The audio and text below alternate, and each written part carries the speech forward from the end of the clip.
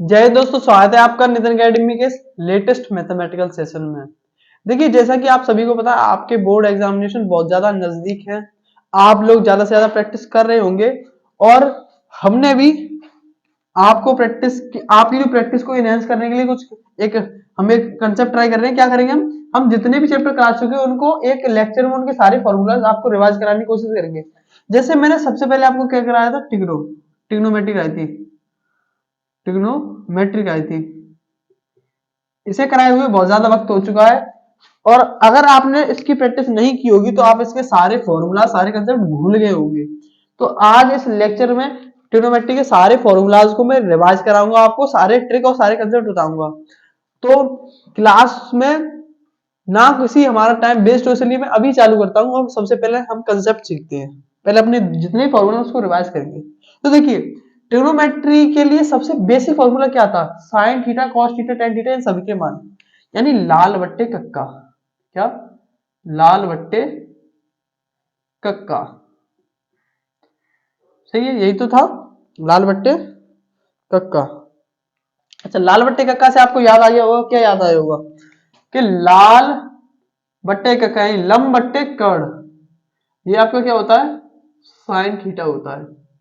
ये आपका क्या होता है? साइन थीटा होता है। एक काम करता हूं, मैं इसको पहले लिख दूं फिर आपको बताऊंगा। जैसे मैंने यहां पर लिख दिया, क्या? पहला आपका साइन थीटा, दूसरा आपका कॉस थीटा, तीसरा आपका टेन थीटा, चौथा आपका कॉट थीटा, पांचवा आपका सेक थीटा और छठा आपका क्या? Cosec theta. ठीक है, इन सारे की हमें लंब और कर्ण में वैल्यू याद होनी चाहिए, लंब आधा कर्ण में। क्यों?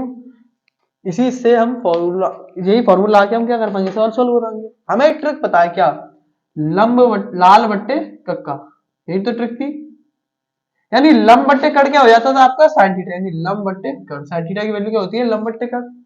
फिर आधार बट्टे कर्ण, ये क्या हो जाता था आपका? कॉस थीटा, आधार बट्टे कर्ण। ठीक है, और लंब बट्टे आधार, ये क्या होता था आपका? ये हो जाता था आपका टेन थीटा, ये लंब बट्टे आधार। ठीक है।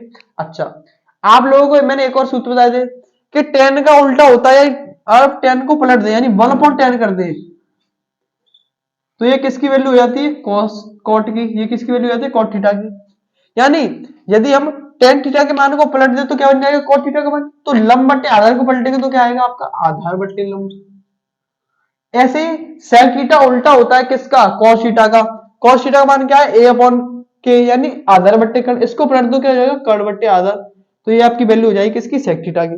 कोसेक थीटा साइन थीटा का उल्टा होता है, यानी कर्ण बट्टे लंब। कर्ण बट्टे लंब आप इजीली याद कर सकते हो। किससे? आपको बस ट्रिक याद रखनी है, आप पेपर में आसानी से कर सकते हो। आपको पता हो जी बस लंब बट्टे कर्ण साइन थीटा होता है, आधा बट्टे कर्ण कॉस थीटा होता है। इतना याद करने की कोई जरूरत नहीं। आप ट्रिक याद रखो, क्या? लाल बट्टे का आपको याद हो चाहिए बस कि लंब बट्टे कर्ण साइन थीटा, आधार बट्टे कर्ण कॉस थीटा, लंब बट्टे आधार टेन थीटा। अच्छा, इनका उल्टा कर दो, अब नीचे से पढ़ो। आधार बट्टे लंब, यह हो जाएगा आपका कॉट थीटा। कर्ण बट्टे आधार, ये हो जाएगा आपका सेक थीटा। और कर्ण बट्टे लंब, ये हो जाएगा कोसेक थीटा। बस आपको इतना याद रखना है, आपके सारे मान आपको याद हो जाएंगे। आई होप आपको दोबारा ये रिकॉल हो गया होगा, आपने पहली बार पढ़ा था तब। हालांकि ये बहुत ज्यादा छोटे फॉर्मूलाज हैं, आपको याद होने चाहिए। तो ये मैंने लिखवा दिया आपके छह, जो साइन थीटा कॉस थीटा, ये छह त्रिकोणमितीय अनुपात के मान यही तो होते थे। अच्छा, ठीक है, तो आपको समझ में आया होगा sine theta cos theta tan theta cot theta sec theta cosec theta, इन सब के मान आपको याद हो चुके होंगे। अब मैं, चलो इनको इरेज नहीं करता, इनको लिखे रहने दो। और यहाँ पर मैं इनकी ट्रिक भी लिख ही देता हूँ, लाल बट्टे कक्का। आपको ऐसे शॉर्ट नोट्स बनाने, आपको याद नहीं करना, आपको अपने आप याद हो जाएगा जितने सवाल सॉल्व करेंगे। अच्छा देखिए, आगे वाले सूत्र देखिए। हमने एक और सूत्र पढ़े थे, क्या?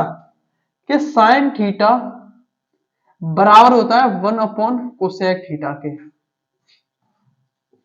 सही बात है, साइन थीटा किसके बराबर होता है? 1 कोसेक थीटा के। और यहां पर ऑन लगा दो, और कोसेक थीटा यह बराबर होता है 1 साइन थीटा के। सही बात है, क्या साइन थीटा बराबर होता है 1 अपॉन कोसेक थीटा के, और कोसेक थीटा बराबर होता है 1 अपॉन साइन थीटा के। ठीक है, ऐसे ही कॉस थीटा आपका बराबर होता है 1 अपॉन सेक थीटा के। कॉस थीटा बराबर होता है 1 अपॉन सेक थीटा के। ऐसे ही और सेक थीटा आपका किसके बराबर हो जाएगा 1 अपॉन कॉस थीटा के। यही तो व्युत्क्रम सूत्र थे। अच्छा देखिए, सेम टेन थीटा किसके बराबर होगा आप बताइए 1 अपॉन कॉट थीटा के, और कॉट थीटा किसके इक्वल होगा 1 अपॉन टेन थीटा के। सिंपल है, तो आपको ये भी आना चाहिए। तो हमने कितने फॉर्मूला याद कर लिए, दोबारा रिकॉल कर लिए। देखो 6 तो ये मतलब इनकी वैल्यू, और ये मेजर 3 फॉर्मूले और क्या कि साइन थीटा बराबर होता है 1 अपॉन कोसेक थीटा के, और कोसेक थीटा बराबर होता है 1 अपॉन साइन थीटा के, कॉस थीटा बराबर होता है 1 अपॉन सेक थीटा के, और सेक थीटा बराबर होता है 1 अपॉन कॉस थीटा के। टेन थीटा बराबर होता है 1 अपॉन कॉट थीटा के, और कॉट थीटा बराबर होता है 1 अपॉन टेन थीटा के। ठीक है, अब मैं इनको आप चाहो तो पहले इनका स्क्रीनशॉट ले लो, फिर मैं इनको इरेज करता हूं।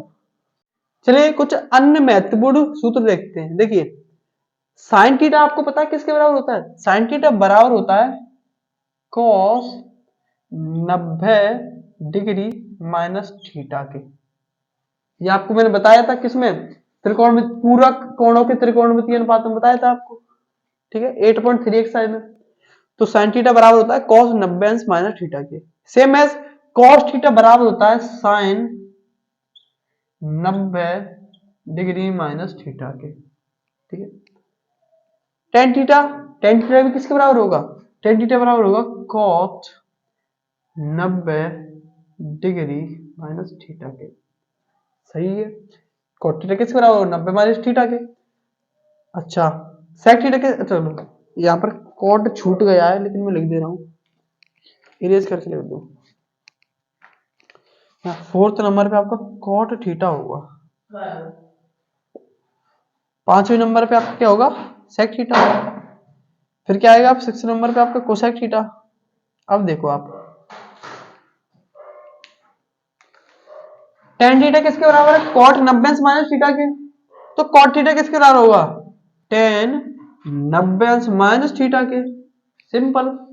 सेम एज सेक थीटा किसके बराबर होगा कोसेक 90 अंश माइनस थीटा के, और कोसेक थीटा किसके बराबर होगा सेक 90 अंश माइनस थीटा के। कुछ नहीं, आपको लर्न कर लेना बस। क्या साइन थीटा बराबर होता है कॉस 90 माइनस थीटा के, कॉस थीटा बराबर होता है साइन 90 अंश माइनस थीटा के। ठीक है, टेन थीटा बराबर होता है कॉट 90 अंश माइनस थीटा के, कॉट थीटा बराबर होता है टेन 90 अंश माइनस थीटा के, सेक थीटा बराबर होता है कोसेक 90 अंश माइनस थीटा के, कोसेक थीटा बराबर होता है सेक 90 अंश माइनस थीटा के। अच्छा कुछ और फॉर्मूले भी हैं, जैसे मैं शायद उधर लिखवाना भूल गया, इरेज कर देता हूं ऊपर। अब देखिए आप, आपको मैंने एक चीज बताई थी क्या, कि आपका जो टेन थीटा होता है, क्या टेन थीटा, ये आपका होता है sine theta upon cos theta होता है ना। टेन थीटा का फॉर्मूला क्या था कि sine theta upon cos theta, इसको भी हम क्या कहते हैं टेन थीटा, यानी टेन थीटा बराबर होता है sine theta upon cos theta. अच्छा टेन का एक और भाई है क्या कोट, कोट थीटा। अच्छा कोट थीटा का क्या होगा, देखो ये आपस में उल्टे हैं। टेन का जो भाई है कोट वो उल्टा है, मतलब यदि टेन की वैल्यू पलट दोगे तो वो कोट उसको एक्सेप्ट कर लेगा। मतलब आप टेन की वैल्यू पलट दो तो क्या हो जाएगी cos theta upon sine theta हो जाएगी। तो कॉट की वैल्यू ये होती है क्या, कॉट थीटा बराबर होता है cos theta upon sine theta. तो ये दो फॉर्मूले भी आपको याद कर लेने हैं। ठीक है, अब देखिए, अब मैंने ये बना रखी है आपकी ट्रिग्नोमेट्री की टेबल, त्रिकोणमिति सारणी कहते हैं जिसको, जिसमें मैं 0 से लेकर 30 डिग्री के सारे मान बताऊंगा इन सभी 6 के 6 अनुपातों का। ठीक है, एक सेकंड मैं मार्कर चेंज कर दूं। देखिए साइन थीटा, ये तो मैंने इधर तो लिख रखे हैं त्रिकोणमिति अनुपात, इधर लिख रखे हैं मैंने थीटा। ठीक है, अब देखिए आप साइन थीटा जब 0 होता है यानी साइन 0, जब थीटा क्या हो जाएगा 0, यानी साइन की वैल्यू, साइन 0 की वैल्यू क्या होती है 0, साइन 0 की वैल्यू 0, साइन 30 की वैल्यू क्या होती है 1/2, साइन 30 की वैल्यू कितनी होती है 1/2, साइन 45 डिग्री का मान होता है 1/√2, 1/2, √2। और साइन 60 का मान क्या होता है? √3/2। और साइन 90 का मान क्या होता है? 1। साइन 90 का मान क्या होता है? 1। अच्छा, अब कॉस के मान क्या होंगे? आप इन्हीं मानों को पीछे से लिख दो, पीछे से लेके लिखो। देखो कॉस 0 तो आप उल्टा लिखो, 90 का मान लिख दो, कॉस 0 मतलब 1, पीछे से लिख दो, फिर क्या आएगा? √3/2। फिर क्या आएगा? 1/√2। फिर क्या? हाँ, फिर आएगा आपका 1/2 और फिर आएगा 0। मतलब cos 0 की वैल्यू 1 होती है, cos 30 की वैल्यू √3/2 होती है, cos 45 की वैल्यू 1/√2 होती है, cos 60 की वैल्यू 1/2 होती है, cos 90 की वैल्यू 0 होती है। तो जो मान cos में होता है वो उसका साइन के लिए उसका मान उल्टा होता है। यानी cos 0 की वैल्यू तो 0 है, नहीं cos 0 की वैल्यू 1 है, लेकिन sin 0 की वैल्यू कुछ नहीं है, 0, तो उल्टा होता है वैसे में। अच्छा, हमने साइन और cos के देख लिए, अब tan थीटा के देंगे। आपको बताइए tan थीटा क्या होता है? sin theta upon cos theta. तो देखो 0 डिग्री की वैल्यू चाहिए, तो sin theta upon cos theta, sine में भाग दे दो cos थीटा की वैल्यू पर, तो sin 0 0, और 0 में जब 1 से डिवाइड देंगे फिर भी 0 ही आएगा। तो tan 0 की वैल्यू कितनी होती है? 0। अच्छा, आप इस वाली वैल्यू में इससे डिवाइड करो तो क्या आएगा आपका? 1/√3। यानी tan 30 का मान, tan 30 डिग्री का मान कितना होता है? 1/√3। आप जब इसमें इससे डिवाइड करोगे तो आपका आएगा 1, इससे इसमें डिवाइड करोगे तो आगे आएगा √3, 0 से इसमें दोगे तो ये होगा अनडिफाइंड, यानी आप कह सकते हो अपरिभाषित। क्या? अपरिभाषित।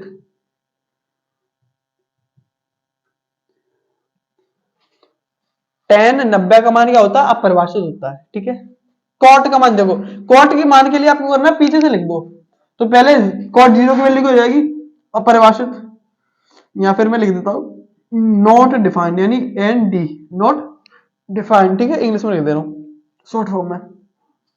फिर पीछे से लिखोगे √3, 1, 1/√3 और इधर 0। अब मतलब समझो, cot 0 का मान होता है अपरिभाषित, मतलब डिफाइन ही नहीं है। cos 30 का मान, cot 30 का मान होता है √3, cot 45 डिग्री का मान होता है 1, cot 60 डिग्री का मान होता है 1/√3, cot 90 का मान होता है 0। ठीक है, अब देखिए sec का मान।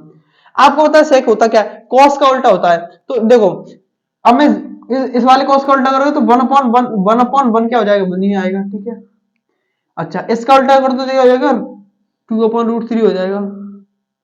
सही है, इसका उल्टा करोगे तो ये आएगा √2, इसका उल्टा करोगे तो ये क्या आ जाएगा आपका? 2, इसका उल्टा करोगे तो आपका ये क्या हो जाएगा? ये आपका हो जाएगा 1/0 हो जाएगा, और किसी के भी हम नीचे 0 नहीं रख सकते, यानी ये भी क्या हो जाएगा आपका? अपरिभाषित, यानी नॉट डिफाइंड, नॉट डिफाइंड। ठीक है, तो sec थीटा का sec 0 का मान 1, sec 30 का मान 3/√2, sec 45 का मान √2, sec 60 का मान 2, sec 90 का मान नॉट डिफाइंड, डिफाइंड ही नहीं है। cosec थीटा देखो आप, cosec, अब इन वैल्यू को पीछे से लिख दो। देखिए नॉट डिफाइंड, यानी cos cosec 0 की वैल्यू नॉट डिफाइंड होगी, यानी डिफाइंड ही नहीं होगी। ठीक है, cosec 30 का मान होगा आपका 2, cosec 45 का मान होगा आपका √2, cosec 60 का मान होगा 2/√3, और cosec 90 का मान होगा आपका 1। तो ये होते हैं आपके सारे मान। आपको ना लर्न करना है, आपको याद होने ही चाहिए, तभी आप सवाल कर सकते हैं। ठीक है, आई होप आपको ये सारे सूत्र समझ में आएंगे। फिर मैं कुछ और इंपॉर्टेंट आइडेंटिटीज हैं उनको बताऊंगा, फिर लेक्चर को खत्म करेंगे। तो चलिए, जो त्रिकोणमितीय सर्वसमकाएं उनमें भी देख लेते हैं। तो 3 सर्वसमकाएं हैं हमारे पास। क्या? पहली तो ये होती है आपकी कि sine square theta plus cos square theta, ये इसका मान होता है हमेशा 1 के इक्वल, यानी sine square theta plus cos square theta always आएगा 1 के इक्वल। ठीक है, ये होगी आपकी पहली आइडेंटिटी। सेकंड देखिए, 1 प्लस, ये 1 है, 1 plus tan square theta always equal to होता है आपके सेक स्क्वायर थीटा, यानी टेन स्क्वायर थीटा में आप 1 जोड़ दोगे तो सेक स्क्वायर थीटा आपको दे देगा। अच्छा, तीसरी आइडेंटिटी देखिए, 1 प्लस कॉट स्क्वायर थीटा, ये हमेशा बराबर होता है किसके? कोसेक स्क्वायर थीटा के। समझ में आया आपको? अच्छा, वैसे काफी और सारे भी फॉर्मूलाज हैं, लेकिन आपके एग्जाम के पॉइंट ऑफ व्यू से as a 10th class student आपको इतना ही करना चाहिए, इतना ही आपके बुक में है।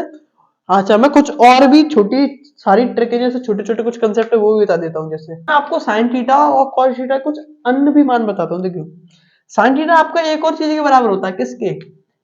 साइन थीटा की एक वैल्यू ये भी होती है कि साइन थीटा बराबर होता है tan theta into cos theta के, tan theta into cos theta के, ठीक है। और साइन थीटा का एक और मान होता है क्या? साइन थीटा इक्वल होता है आपका अंडर रूट के अंदर one minus cos square theta के भी। मतलब कहीं आपको अंडर रूट के अंदर one minus cos square theta दिख गया तो आप उसको साइन थीटा लिख सकते हैं, ठीक है। ऐसे ही हम कॉस के भी वैल्यू निकाल सकते हैं। कॉस थीटा आपका बराबर होता है cot theta into sine theta के, और कॉस थीटा का एक और वैल्यू होती है क्या? अंडर रूट के अंदर one minus sine square theta के। आपको ये मान भी याद रखने जिससे आप वैकल्पिक सवालों में आप जल्दी से हल कर सकें, ठीक है। ये भी इंपॉर्टेंट, आप इनका भी स्क्रीनशॉट ले लीजिए, ठीक है। अब देखिए, मैंने आपके सारे फॉर्मूलाज आपको करा दिए जो 10th क्लास के लिए सफिशिएंट होंगे, इनफ इनफ है ये आपके लिए, क्योंकि ये सारे फॉर्मूला ही आपकी किताब में है। एक आध मैंने एडिशनल भी करा दिया जो यूपी बोर्ड से कट गया, लेकिन फिर भी मैंने करा दिया, क्योंकि ना जाने शायद उन्हें वैकल्पिक में धोखे से भी आ गया तो हमें तो घाटा हो सकता है। तो आप इनको याद कर सकते हैं। आई होप आपका इन इस छोटे से लेक्चर में ये चैप्टर आपका कवर हो गया होगा, जिससे आपके सारे फॉर्मूलाज और कंसेप्ट क्लियर हो चुके होंगे। ऐसे ही आप हर एक सब्जेक्ट, हर एक चैप्टर मैथमेटिक्स का जल्दी से रिवाइज कर करके उसके क्वेश्चन को लगाइए, जिससे आपका बेनिफिट होगा। तो मिलते हैं किसी नेक्स्ट लेक्चर में, तब तक के लिए जय हिंद।